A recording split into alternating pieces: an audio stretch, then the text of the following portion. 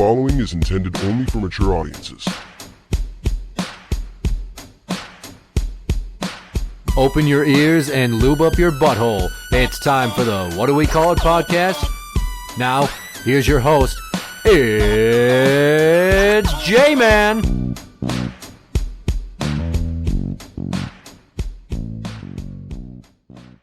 Welcome to the What Do We Call It podcast. I'm Jmann. And I'm number one fan, Tim. I'm going to tell you a story from the other day. I want you to resist the urge to once again tell me that I should just go for full custody. You know I'm playing long game. Okay. Okay. Can we tie my hands behind and my back? 'Cause no, but it's going to be hard.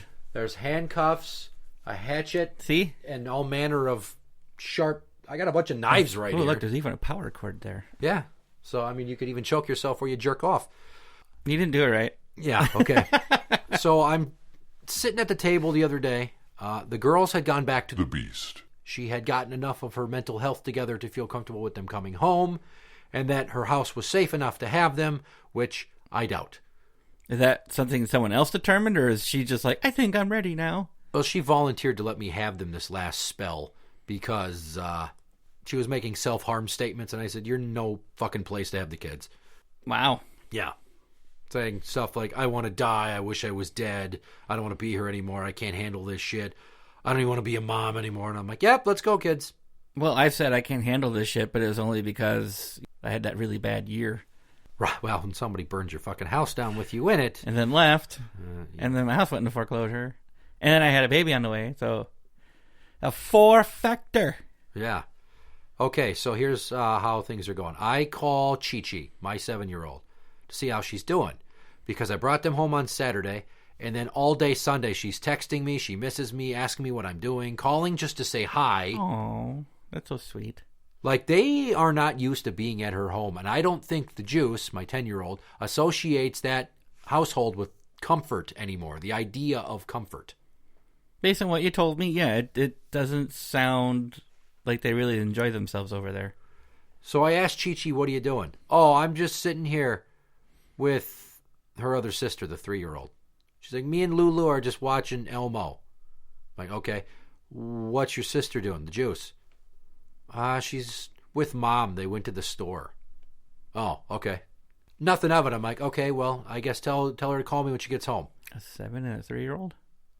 Grandma was there too, and she was watching them. But they were, hanging out. Anyways, so I get a phone call, I don't know, maybe an hour later. And it's our CPS contact, the one that manages the case of the Beast. Okay. From all the shit that's been going on. And she says, say, do you know where your 10-year-old is? And I just kind of went, be more specific. Because I talked to my 7-year-old, and she said she's at the store with Mommy. And she went, well, actually, she's at the hospital right now in the ER. Because apparently she drank from a Gatorade bottle that had water from a meth bong in it. I went, oh, really? What? Glad I'm hearing about this just now. She's like, did the Beast not call you? I'm like, hell no, she didn't call me. Because she knows that if she would have called me and let me know that, I would have already been escorted off the grounds of the hospital by the security team for making a fucking huge scene. And I might have been going to jail for punching her face clean off her face. Every time I've had to take one of my boys to the hospital, I let the ex know. No matter how mundane or how serious it was. I said, hey, take us out of the hospital, not feeling good or fainted or whatever the hell, Yeah. Because as a parent, she needs to know. It's a common courtesy. Mm-hmm. So she proceeds to tell me that the Juice is okay. They're monitoring her. They're watching her EKG. Poison Control was contacted. The reason she found out is because a social worker or nurse from the hospital, they have a protocol, obviously, to get in touch with child protection for anything like this. Mm-hmm. And that's how, because they found out we already had an established case, it got to our worker. Okay. So she says to me, please don't call the Beast. I'm trying to get more details. I'm trying to figure some stuff out. Just know that the girls will be coming back with you today, probably for a while. And I went, okay. Got off the phone. A short time later, I get a text from The Beast. She tells me, I need you to call me ASAP. It's important.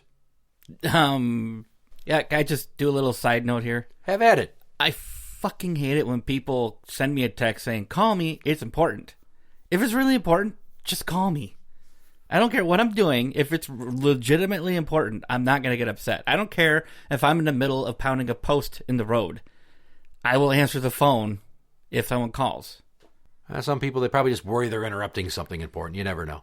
If it's important, it doesn't matter. Side note to your side note, I used to bang this chick every once in a while. And then, obviously, I'd pull out. And then when she wouldn't get her period, like the very day she expected it, and she constantly has irregular periods, she would text me, we need to talk. It's important. And she wouldn't call, she'd text, and I'd read the text, and I'd say out loud to myself, no, it isn't. You're a dumb bitch. And then I'd finish wiping my ass, because odds are I'd waited to read it till I was in the toilet, or I was rereading it again just to guess what it was when I already knew. Anyways. Okay, well, I won't answer or text when I'm taking a bathroom break. Okay. So now, I text The Beast. back to her, call me ASAP, it's important. I'm like, oh, don't worry. I'm well aware of what's going on and where you are. You bitch! And she responds with, how do you know already if I haven't even called our CPS lady? And I went, 'cause somebody called her, dingbat. And I left it at that. So I get another call from the CPS lady. She tells me how things are going to go and how they're trying to work on a hold with the county attorney's office. Basically meaning a hold where they take the kids from her and the government's holding them, but they're in my care, obviously. Oh, okay, good. It's not officially eliminating her custody status, but it would be the opening motions of trying to do so. Will that also put a hold on child support? No, it would not. That's bullshit. It is bullshit. That requires a court case and an appearance and a deal and all. Yeah, it's fucking So does stupid. changing custody. It's if a they're money giving game. you temporary custody, give me my money too. Yeah. Anyways, I ask her, so did anybody call the cops at the hospital? No, I don't think so. Why? Why the hell not? Well, that's probably a very good question. I'm like, you think? Because if she had a bottle with meth bong water in it, that's technically paraphernalia. And now it's been ingested by my daughter unwittingly. That's child endangerment, if not criminal negligence. If it put her in the hospital, yeah. So, why the fuck is she not in cuffs right now, downtown, boo-hooing it into the booking camera? They don't know. And she called me back a short Never time too late. later again and says, I guess we're not going to be able to have enough to get to hold. They said it's not substantial enough. And I'm like, are you fucking serious? Who the fuck's running the show over there? And I just, do you have any idea how goddamn frustratingly patronizing that is, given the gravity of the situation, to say, it's not enough? Because why? She's not, like, convulsing on a bed, having a seizure, or dead? That's the only time you guys care? That's fucking awesome. My question here is she swears to God, because a few episodes ago we talked about her swearing on her father's life, or deathbed or whatever. That she's not using anymore. That she's not using anymore. So why the hell is there bong water residue in that house? Okay, so here's the story as told to me by the girls. She found this bottle in the back of her closet that her and Dumblecock had been smoking crank out of. Or whatever. I don't know how a meth bong works. I know how a pot bong works. Yeah, I don't know how meth bong works either, but I would imagine that when you're done with it, you don't throw it in your fucking closet. So it wasn't in a Gatorade bottle. It was in a Propel bottle. Whatever. So she finds it and she's like, well, I'm going to get rid of this, but I'm going to throw it away when I'm at the bank. Not in the garbage at her house. Because she's fucking paranoid or who knows what the fuck's going on. She's trying to make sure nobody can find any evidence of illicit. And apparently it was only like, this much. I'm making about an inch worth of fucking liquid motion here with my fingers that nobody can see. So she sets it on the center island. And the juice is like, oh, Propel. Takes 2 sips. The Beast. Realizes it. Hits the fucking ceiling and goes, oh my God, calls poison control. And then, to see if there was anything in there that could be affecting our 10-year-old, she drinks the rest to see if it would make her feel high.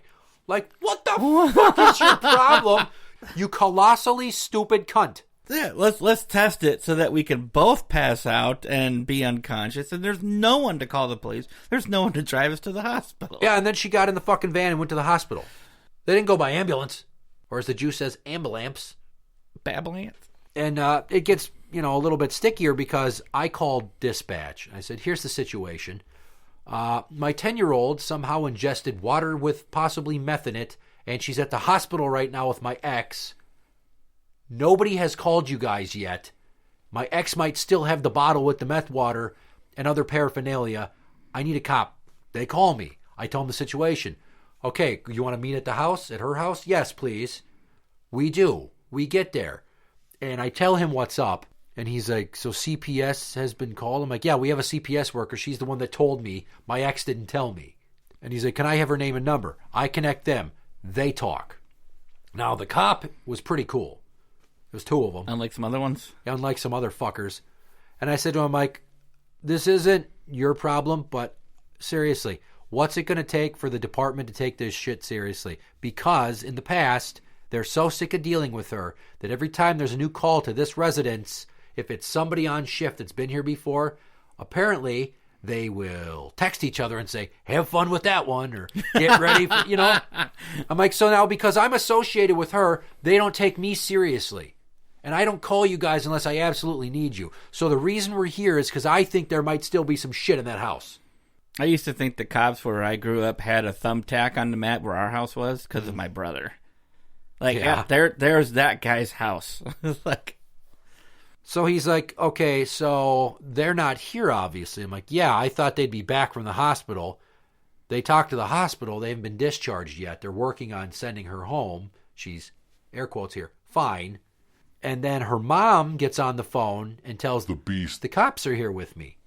So she has to talk to the cop, agrees she's going to come straight home, lets him know that she doesn't want me there waiting in the interim, and that she wants to say goodbye to the girls before they go with me for presumably a length of time.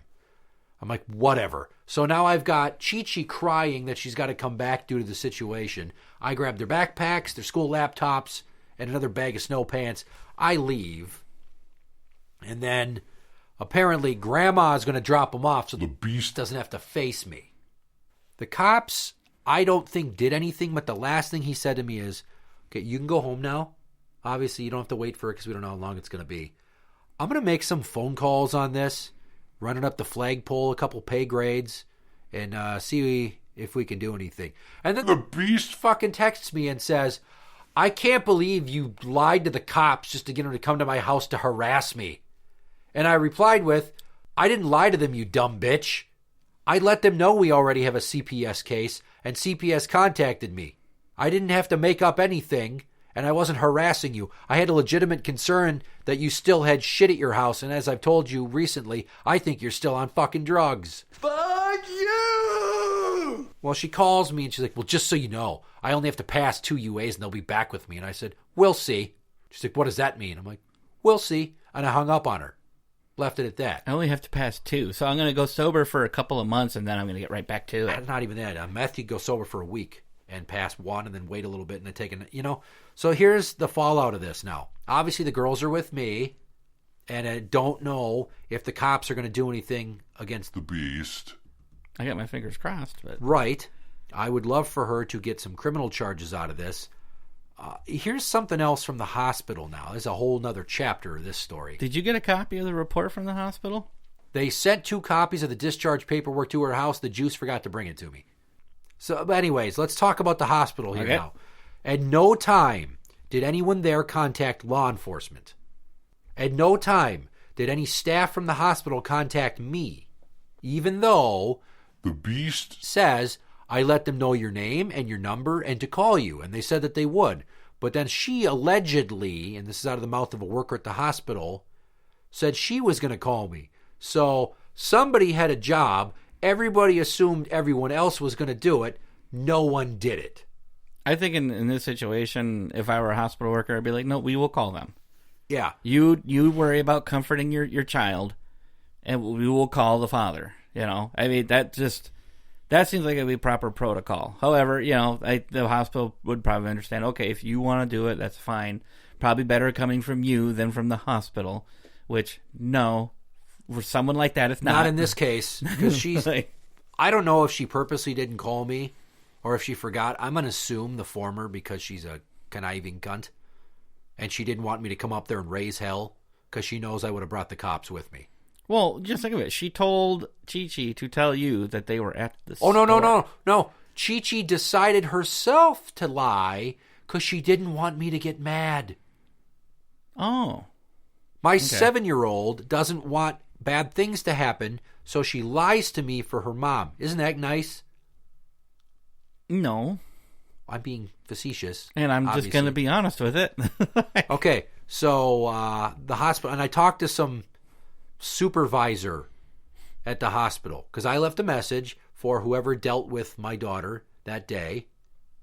Not going to name their name, but I had been given a name, and I left a message like, I'm calling about my daughter so-and-so. She was there earlier today because she had apparently ingested water that might have had meth in it. At no point did anyone from your facility contact me or law enforcement, and I would just like to know why. So either you can call me back or I can keep blowing up people's voicemails here at the facility, and I will call till I get some fucking answers. Click.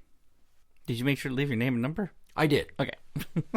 So it's the supervisor that called me, told me the story about so-and-so said she'd call me, the nurse was going to call me, but assumed the mom would, fucking making excuses. And I just said to her, I would think that procedurally, if it states that you need to call CPS, which they don't have to call the cops, just CPS, and CPS is supposed to call the cops, so everybody's already passing the buck. I said, you have two parents that are separated. Somebody needs to make sure that that other parent is contacted. Because if you're sitting here getting your ducks in a row in terms of liability and communication, wouldn't you think you want to X off the box of contacted other parent? Well, yes, and I'll bring that up with so-and-so, and we'll have a meeting about it in our supervisor's meeting tomorrow. Isn't there a checklist they need to go through? I don't fucking know. And that seems like it would be a good way to make sure that the ball's not dropped. And the final thing I said to her is, protocol-wise, I'm surprised that you don't have a mandate to contact law enforcement. So even if CPS is doing it, you're also doing it. And then the other person involved, in this instance my ex, who apparently had meth-tinged water, doesn't have time to destroy the evidence and skirt a criminal conviction that she very much deserves. Obviously, also in addition to the beast being able to dispose of any evidence, I was like, I don't even know what the hell you people did to treat my daughter. And here's a big thing. You didn't draw blood. You didn't take a urine sample. We don't even know if it was in her fucking system. What'd they do? Just try to pump her stomach out or something? No, they just monitored her heart and temperature and vitals. Well, I don't know much about meth, but I would assume it will they were come up looking... in your piss. Well, yeah, I know it come up in your piss and maybe even your blood, but I mean, if it's in your system, wouldn't it affect your heart rate and stuff? Yes, some. So that maybe they were looking to see, okay, if we monitor the heart rate, it's less invasive and we'll know if there's anything going on there, but fuck everybody that. has different heart rate. Take piss, draw blood. I'm not trying to excuse them. I'm just right. What their thought process probably was. So I was like, so there's another thing that you didn't do that would have been, evidentiary to be used against my ex. So you guys kind of blew it on multiple fronts here. And she apologizes and blah, blah, blah, blah, blah. She's not really sorry. And she's like, so I'll bring it up at the meeting. If you want, there's this review board that you can file a formal complaint. I'm like, okay, well, you're going to bring it up in your supervisor's meeting. Then I want you to come back to me and let me know how that went. And if I'm not satisfied with your answer, then I'll take it to a formal complaint. That sounds reasonable. Yeah. Because I'm not saying somebody needs to lose their job, but I sure would like an angry letter in their permanent file outlining that, hey, we had a situation with a minor that was possibly exposed to narcotics, and we didn't call the dad or the cops because we're fucking stupid. Maybe different verbiage on the letter, I don't know. But no, they need to keep it short and sweet, and that's the best way to do it. Yeah, so chapter 3. When the girls get here, I go outside and I start talking to the juice. And I ask her, I'm like, why the fuck would you drink from a bottle where you don't know whose it is? So she starts crying and apologizing and saying it was an accident. I'm like, you're not in trouble. I'm not mad at you. I'm fucking furious at your mom. And I called your grandparents and I told Papa about this. And Grandma's words is he's pacing the floor right now, doing everything in his power to not come find your mom and beat the shit out of her, because that's what he really wants to do. So both the girls are like not mad at their mom. And I'm like, don't you think you should be? I mean, aside from the fact that you made that mistake and it ended up resulting in this situation, I mean, you realize that meth is a drug. Drugs are poison. It can poison your body. And one of the things I said to the CPS lady on the phone is, well, I'm glad that I'm sitting here being told it's not substantial enough for the county attorney's office to do anything about it. Well, I'm sitting here having to worry that if my kid comes home, all it takes is one usage of that shit, and I got to worry about if my all-star fucking honor roll 10-year-old is now addicted to a hard drug or, physiologically damaged from it. And, I've always pressed so hard on my children not to drink from bottles or cups they see laying around. And that was an issue I had, actually, with Pubert for a long time. Yeah. And, no matter how hard I explained it to him,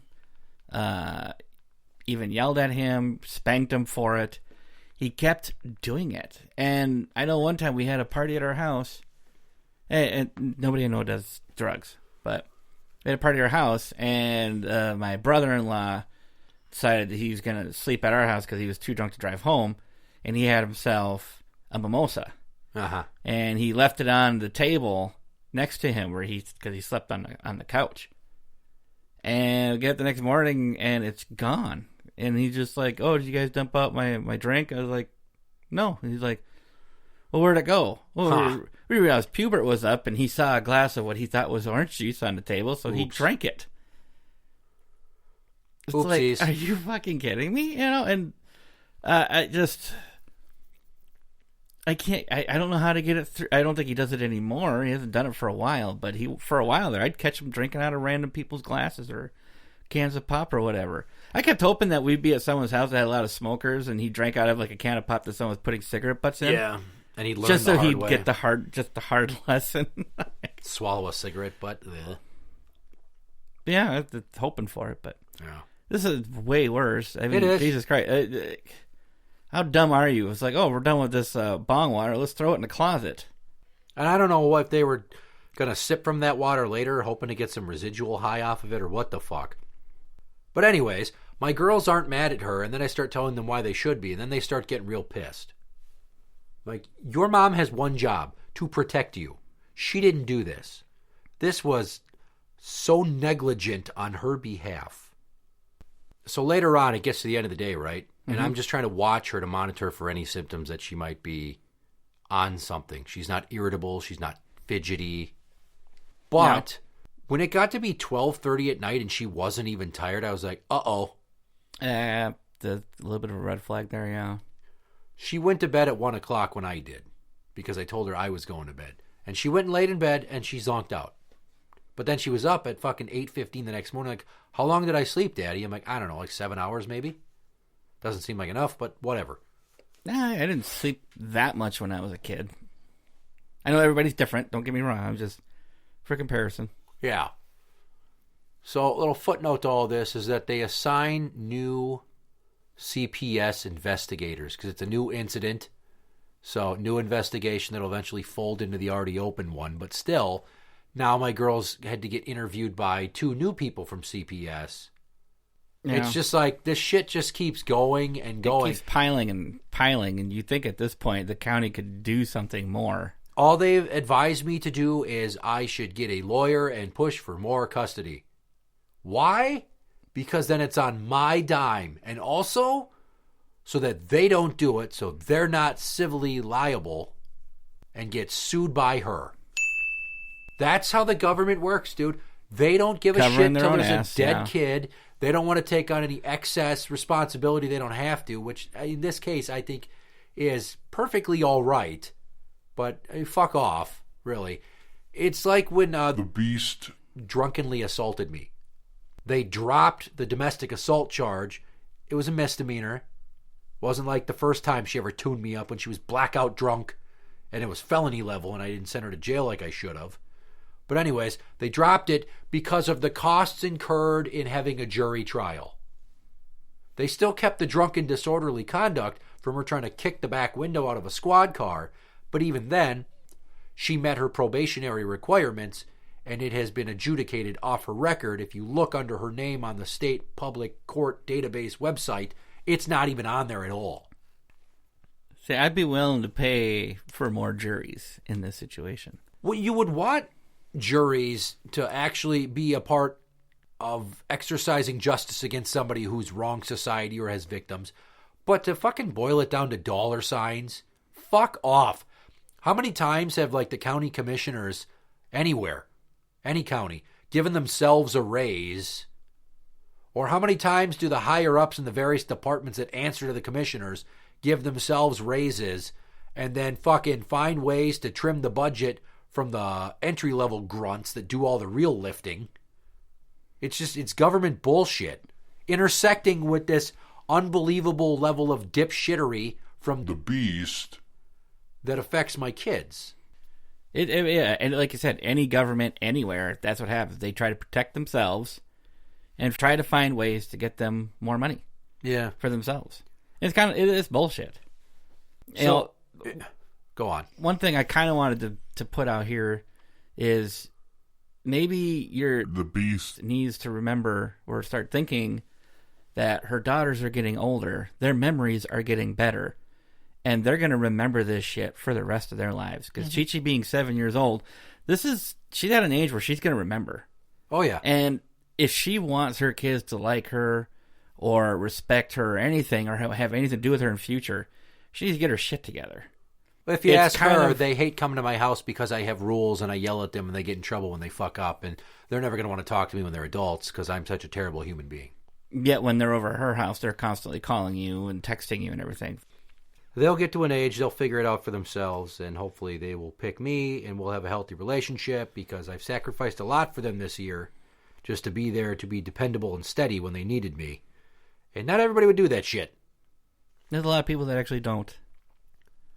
Interact with the show on Twitter, What Do We Call It? That is, What Do We Call It? You can find us on Facebook at facebook.com/group/What Do We Call It Podcast Show. For the What Do We Call It Podcast, I'm Jmann. And I'm number one fan, Tim. And that's the end.